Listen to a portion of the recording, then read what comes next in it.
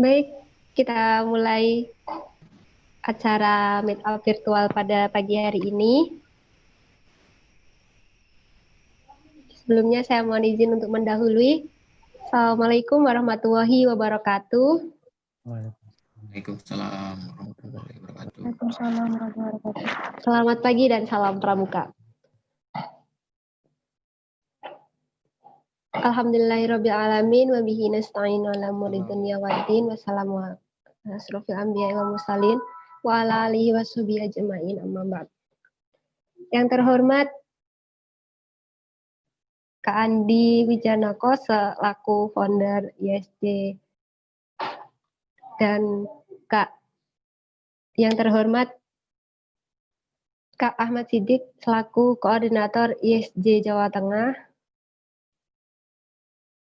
Yang terhormat Kak Yudi selaku pemateri. Dan yang saya banggakan teman-teman semua yang sudah hadir pada acara meet up pada pagi hari ini. Terima kasih atas kesempatan yang diberikan pada saya untuk mengawali acara pada pagi hari ini. Semoga acara pada pagi hari ini dan kedepannya bisa berjalan dengan lancar. Sebelum kita mulai, mari kita berdoa terlebih dahulu menurut kepercayaan masing-masing. Berdoa dimulai.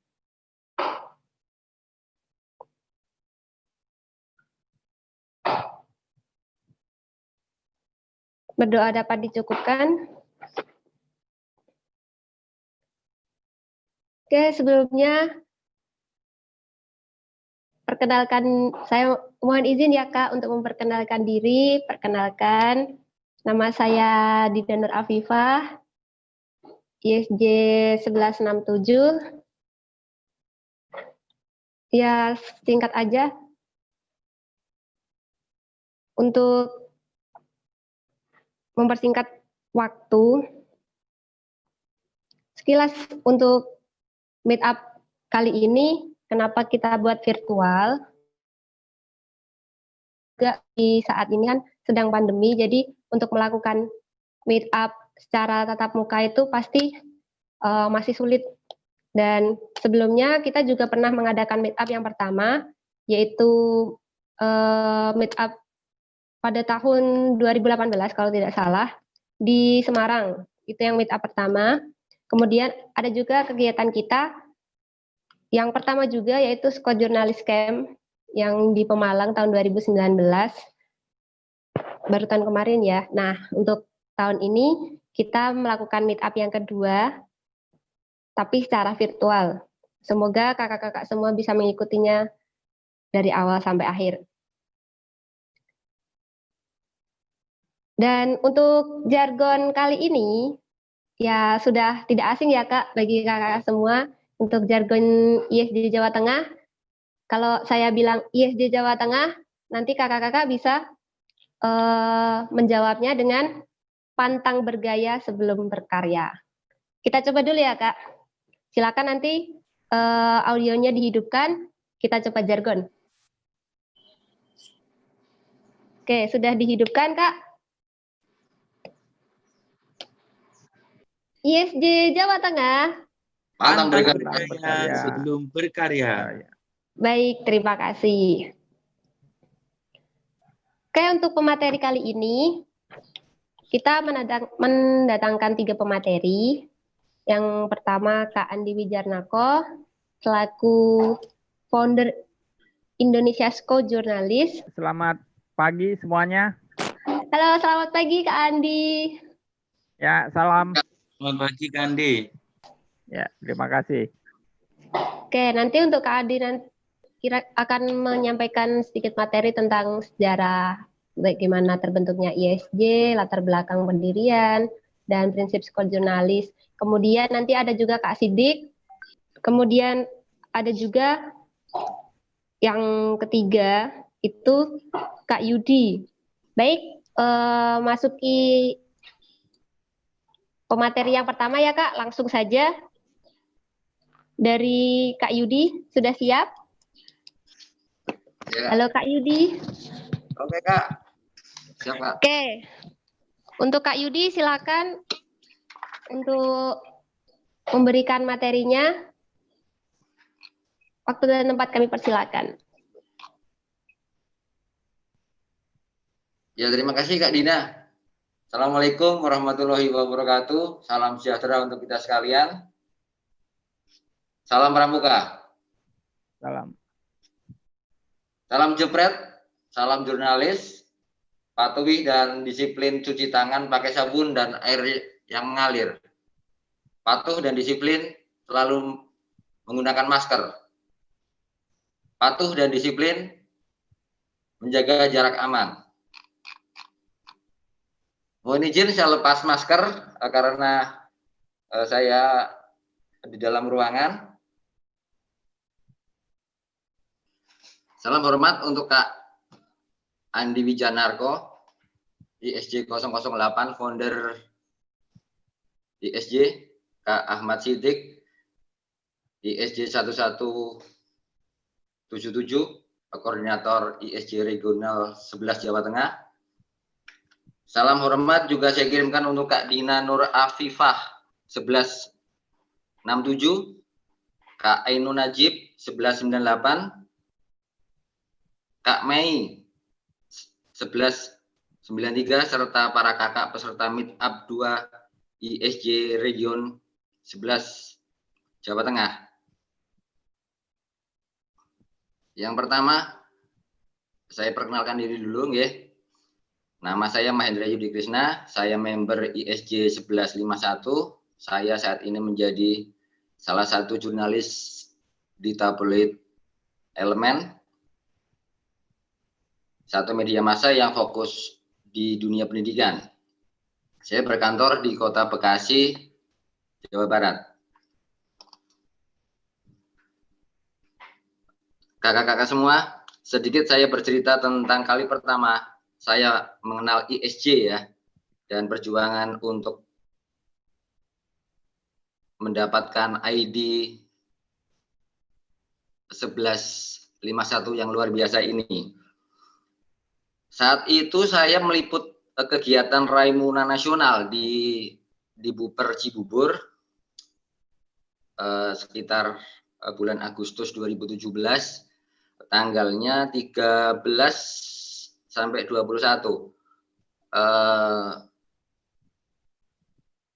Waktu itu saya meliput kegiatan, kemudian saya melihat ada seseorang yang menggunakan Scott Lock ISJ. Nah, padahal dalam kegiatan itu yang diperbolehkan masuk itu hanya seorang jurnalis yang sudah mendapatkan kartu dari panitia, dari humas panitia. Nah, saya bertanya ke salah satu panitia, Kak, itu yang pakai Scott Lock, saya ulangi, yang pakai Scott Lock ISJ itu apa? Oleh kakak itu saya diterangkan, itu salah satu komunitas pewarta pramuka.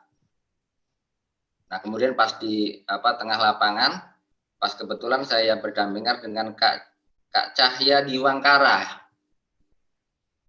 Beliau pemegang ID member 1187. Pas kebetulan Kak Cahya ini dari Purbalingga. Dalam benak saya bertanya mengapa Kak Caca ini bisa mendapat kartu liputan padahal dia bukan seorang wartawan. Lalu di benak saya juga muncul apa sih yang namanya ISJ? Bagaimana sih yang dilakukan oleh ISJ? Nah, dari bincang-bincang kami berdua itu, simpulan saya ISJ ini sangat luar biasa dan keren. Dari saran Kak Caca itu, tanggal 23 Oktober 2017, tepatnya pukul 14.26, saya menulis pesan di akun Facebook Indonesian Scott Journalist. Selamat siang, Kak. Bagaimana caranya untuk bisa bergabung menjadi anggota ISJ? 12 Desember 2017, pukul 06.30, saya mendapat balasan. email. 10 Maret 2018 saya masuk grup di Pramember ISJ Jawa Tengah. Di sini saya mendapatkan ilmu berharga dari Kak Sidik. Kak Sidik, salam hormat, terima kasih. 16 April 2018 saya direkomendasi untuk menjadi member. 22 April 2018 saya sudah dapat melekatkan badge ISJ dan ID member di lengan baju saya. Hingga saat ini saya sudah 2 tahun lebih menjadi anggota ISJ dan mempunyai ribuan anggota ISJ di seluruh Indonesia. Luar biasa sekali untuk ISJ. Kembali saya sampaikan salam hormat untuk Kak Andi dan para founder. Terima kasih Kak Yudi. Para kakak peserta webinar yang berbahagia, Indonesia Scout Jurnalis atau bisa disebut komunitas pewarta pramuka memang terbuka bagi semua anggota pramuka atau non pramuka, baik yang pernah maupun tidak pernah sama sekali menjadi anggota organisasi kepanduan dimanapun. Syarat khusus dalam ISJ adalah mau membantu gerakan pramuka khususnya dan kepanduan pada umumnya untuk mempublikasikan kegiatan-kegiatan pramuka yang ada. Publikasi dalam bentuk tulisan, berita, dan foto tentang kepramukaan. Sebelum sah menjadi member ISJ, calon member diwajibkan memilih fokus peminatan pewartaan. Di ISJ Jawa Tengah disediakan 3 bidang untuk dipilih, yakni warta tulis, warta foto, warta video. Calon member harus memilih 1 bidang berdasarkan minatnya. Di ISJ Regional Jawa Tengah, calon member dikumpulkan menjadi 1 grup WhatsApp, namanya grup Pramember. Kami sering menyebutnya dengan Kak Sidik sebagai kawah candra di muka. Di grup ini semua calon member berlomba untuk secepatnya mentas dan menjadi member sah ISJ. Mereka berlomba berkarya, menulis, mengupload foto, membuat konten-konten video. Mereka juga diwajibkan untuk mengkritisi karya teman-temannya sebelum diunggah ke Instagram mereka masing-masing.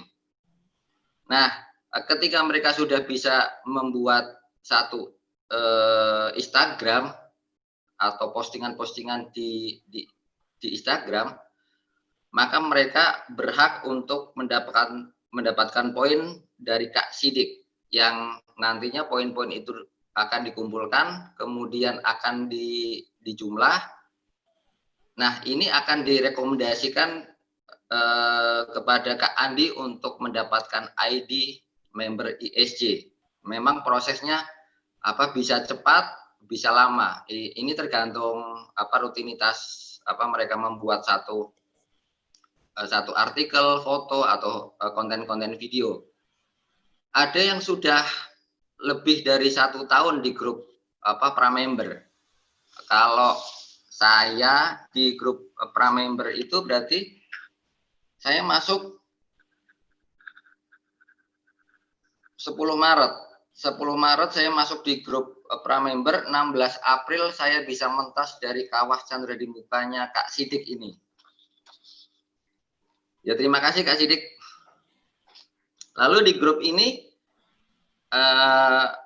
ada pemandunya. Jadi Kak Sidik itu memandu bidang warta video.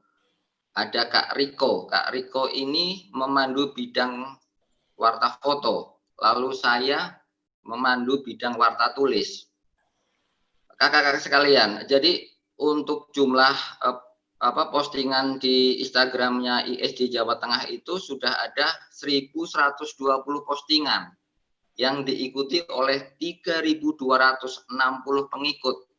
Nanti Kak Sidik bisa menambahkan grup ISJ ini kita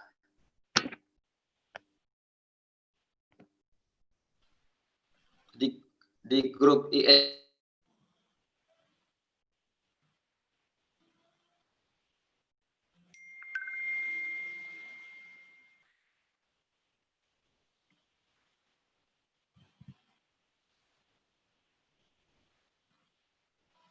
warta yang ada di IIS di Jawa Tengah. Yang pertama warta tulis, Kak. Warta tulis ini menjadi fondasi pertama untuk semua bidang warta, yakni warta foto dan warta video. Karena dalam warta foto dan warta video harus menyertakan artikel atau tulisan.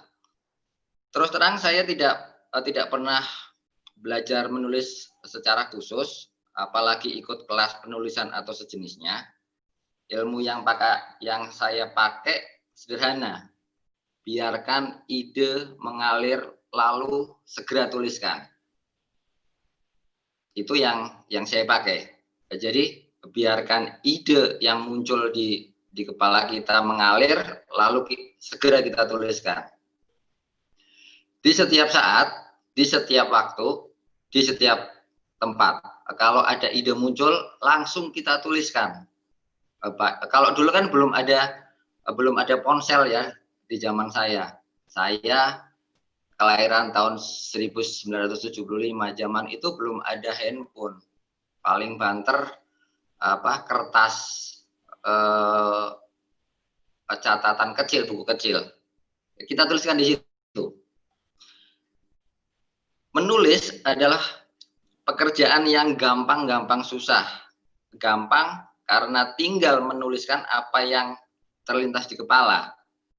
Susah untuk menjadikannya menarik dan mudah dibaca. Sebuah tulisan terutama yang bersifat berita haruslah jernih sekaligus komunikatif. Jernih dalam arti mudah dipahami dan tidak menimbulkan multi tafsir. Komunikatif dalam arti mampu berbicara kepada pembaca yang tidak menyaksikan langsung sebuah kejadian. Karena itu, tulisan harus dibuat runtut, sesuai nalar, dan menggunakan bahasa yang lazim dipakai masyarakat banyak.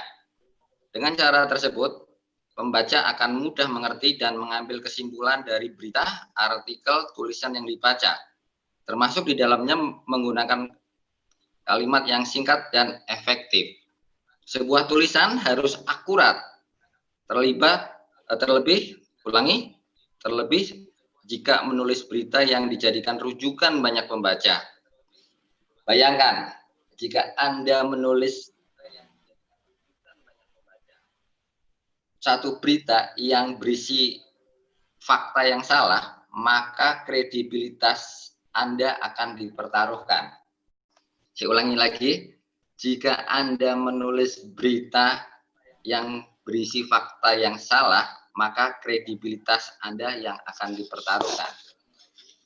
Tidak hanya itu, Kak, fakta yang tidak akurat bisa membuat informasi dipahami dengan keliru.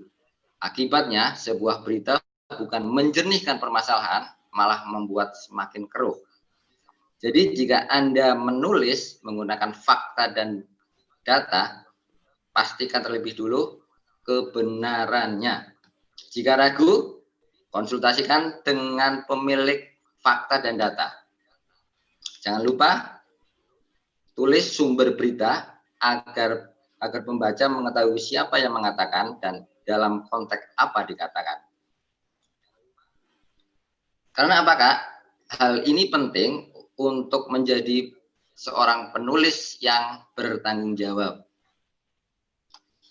Kakak-kakak sekalian, untuk kita ulas lagi selanjutnya warta foto yang tadi saya disampaikan di depan bahwa warta tulis itu menjadi fondasi dua warta ini.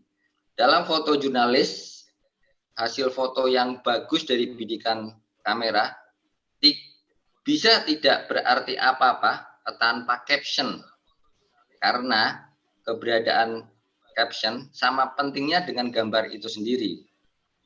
Caption membuat si pembaca tidak perlu menerka-nerka isi dalam foto itu. Apa sih caption? Ya, caption merupakan sederetan kalimat yang mendukung gambar atau video yang diunggah ke media sosial. Caption ini bisa berisikan berbagai kalimat sesuai keinginan si penulis. yang punya foto. Dengan adanya caption akan menggambarkan perasaan atau keinginan yang dimaksud oleh si pengunggah, termasuk tulisan dan foto. Karena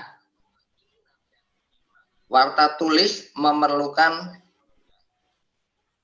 satu media untuk mengeksplor.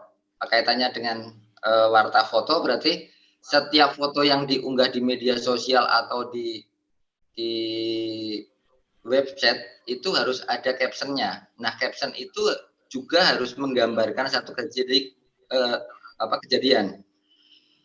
Yang sederhana memang harus disebut nama yang ada di foto itu dan masih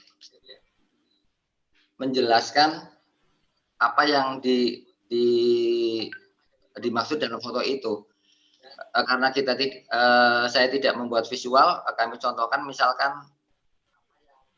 bisa digambarkan ya oleh kakak-kakak ya. Misalkan Kak Andi sedang berada dalam ruangan yang penuh dengan kenangan-kenangan. Misalkan ada foto-foto, terus ada scope gitu.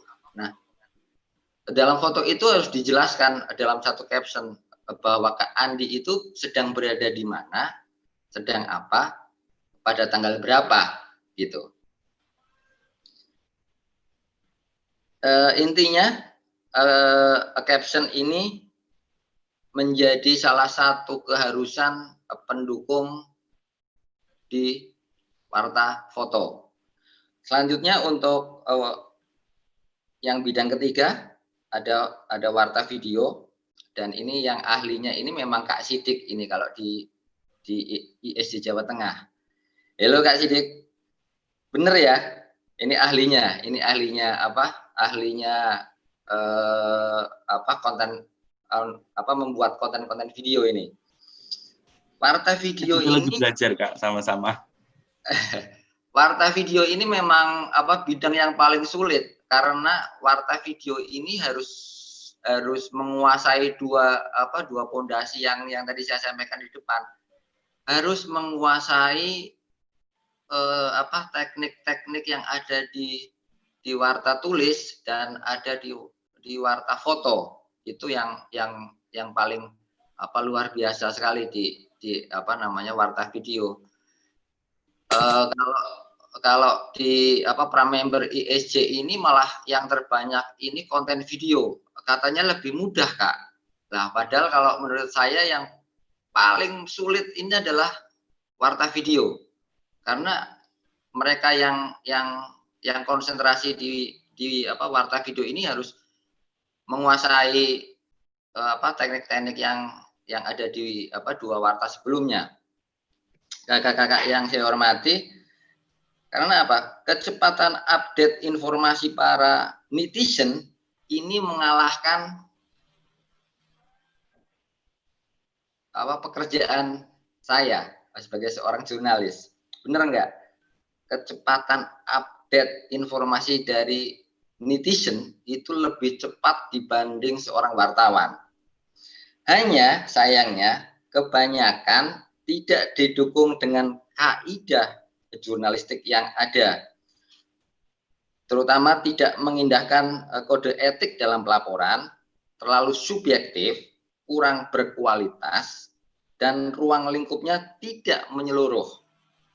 Dalam jurnalisme media massa ada kode etik bahwa berita itu harus berimbang, selalu melakukan cek recheck terhadap suatu peristiwa dan data-data yang sensitif, serta harus cover both side. Berita itu harus berimbang.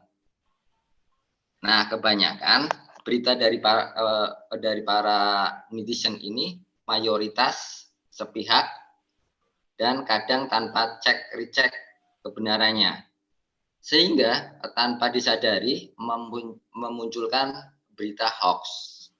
Nah, untuk mengantisipasi kasus ini, ISJ Jateng selalu menekankan agar semua pewarta ISJ benar-benar memahami koridor ketentuan hukum dalam bidang warta video ini boleh dikatakan menggabung dua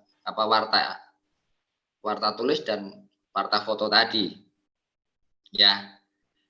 Artinya dalam warta video ini harus mempunyai kemampuan tulis untuk mengantarkan narasi dalam video itu dan kemampuan untuk memilih satu tema yang akan direkam. Calon member yang memilih warta video ini bisa memasukkan foto-foto kegiatan pramuka yang disisipi dengan pembacaan narasi atau running text di bawahnya. Paragraf yang berisi laporan harus runtut waktu, baik itu nyata maupun imajiner, yang disajikan dalam kata-kata tertulis atau lisan, gambar diam atau bergerak, atau keduanya. Jadi di video ini bisa bisa dibuat konten, ada penggabungan foto-foto yang diam, gambar-gambar yang diam, atau gambar-gambar yang bergerak. Kalau yang bergerak berarti harus live, kita rekam, lalu kita edit, lalu kita tambahkan satu paragraf narasi, itu bisa dibaca atau bisa ada running text di bawahnya. Dan yang lebih menjadi keharusan dalam satu video itu harus disisipi musik pengiring.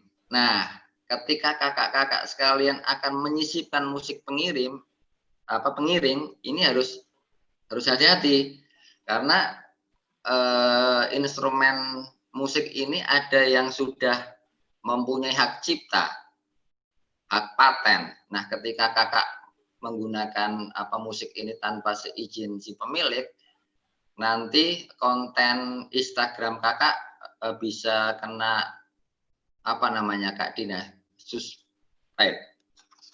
suspend ya. Nah, nanti kalau kakak-kakak ingin mengetahui lebih detail tentang ISJ dan bidang-bidang yang ada di ISJ, silahkan Anda bergabung menjadi calon member ISJ. Syaratnya sangat mudah, lalu prosesnya juga tidak ribet. Nanti akan diterangkan oleh Kak Sidik, nggih. Kakak-kakak sekalian, nah setelah kita bahas bidang-bidang yang ada di ISJ Jawa Tengah, mungkin nanti kakak-kakak bisa menyiapkan satu kertas. Jadi bagaimana sih kita posting foto di Instagram? Jadi ada ukurannya, Kak. Ada ukurannya. Kalau kakak ada kertas di depan, ya boleh orek-orek, coret-coret. Untuk foto persegi, aspeknya 1:1 dengan resolusinya 1080 kali 1080 pixel.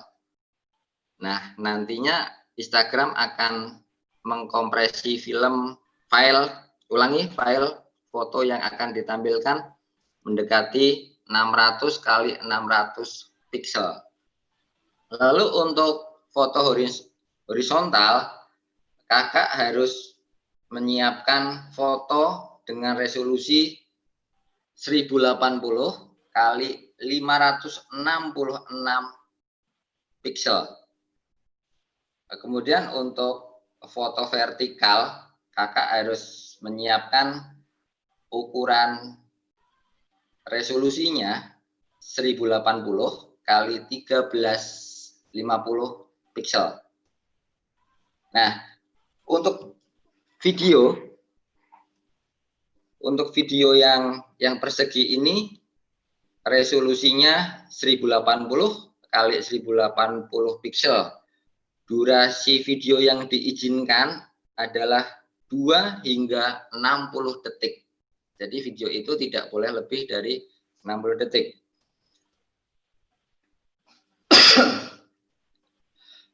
Kemudian untuk Instagram TV itu dapat berupa vertikal dan horizontal, rasio maksimal maksimum untuk video.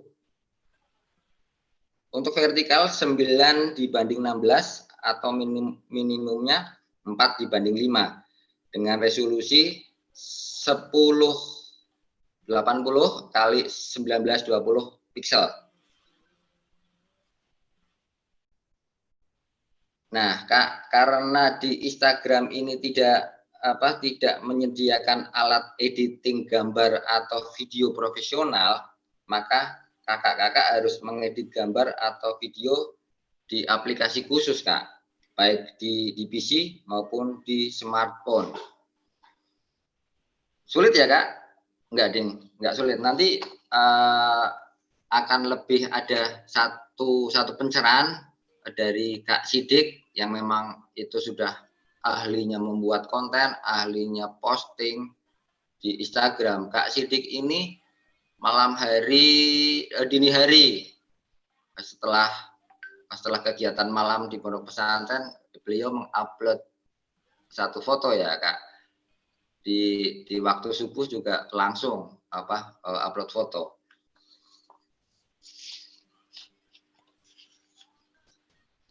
Kakak-kakak yang saya hormati, dari semua pembidangan warta di ISJ Jawa Tengah, ada tahapan terakhir yang harus kakak lakukan. Tahapan ini adalah kakak wajib membaca dulu sebelum karya-karya kakak itu diposting. Pewarta ISJ wajib membaca ulang tulisannya sebelum dipublikasikan.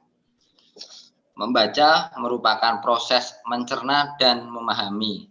Terdapat nalar dan logika di sana. Seorang pewarta yang baik akan membuat tulisan yang sesuai nalar dan logika. Di antaranya adalah hubungan sebab akibat yang secara langsung atau tidak langsung terdapat dalam sebuah kalimat.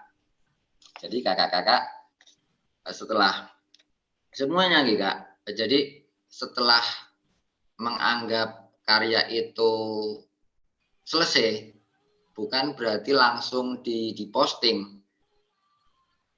Dibaca dulu, dibaca ulang lagi, dipahami ada yang kurang apa enggak nih, ada yang salah enggak, ada yang menyinggung orang lain apa enggak.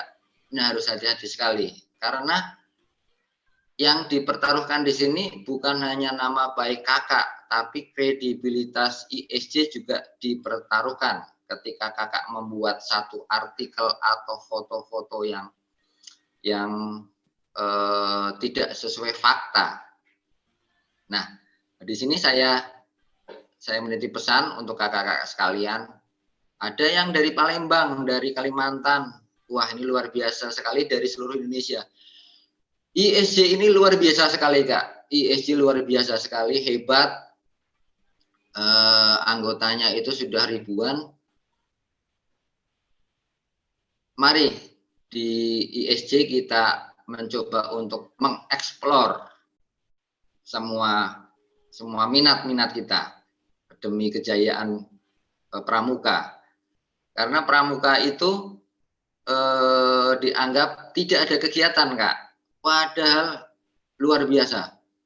Banyak sekali kegiatan yang bisa kita tulis, kita foto, kita rekam, dan kita posting.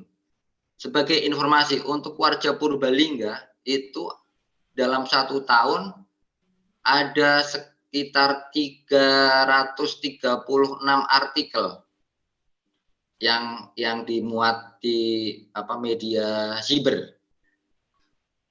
Kalau dalam satu tahun itu ada 356 hari, itu ada 336. Berarti hampir setiap hari itu ada artikel yang dimuat di media siber. Nah, ISJ ini akan membantu menggelorakan gerakan kegiatan pramuka yang ada di wilayah kakak-kakak sekalian. Jangan malu untuk merapat ke setiap kegiatan pramuka. Jadi kakak-kakak ini tidak punya alasan, aduh Kak, lagi pandemi nggak ada kegiatan nih Kak. aduh Kak, lagi corona Kak, nggak bisa liputan, nggak bisa bikin foto, nggak bisa bikin artikel. Nah, kakak-kakak bisa mencoba membuat satu profil dari teman-teman kakak yang menjadi anggota pramuka dengan satu prestasi. Misalkan teman kakak itu jadi duta wisata di Saka Pariwisata misalkan, atau menulis profil satuan karya. Wah, ini luar biasa sekali. Jadi profil-profil Saka itu ya bisa kakak tulis, bisa kakak foto, bisa kakak rekam dan diupload di media sosial. Kakak-kakak sekalian yang saya hormati, Kak Dina, mungkin dari saya sampai di sini dulu. Mohon maaf jika terdapat kekeliruan, lalu ada penyampaian yang terlalu cepat, karena durasi bacanya ini 15 menit, kata Kak Dina. Kata saya enggak. Kak Andi, Kak Sidik, mohon izin. Terima kasih Kak atas waktunya. Pantang berkarya sebelum berkarya. Salam Pramuka.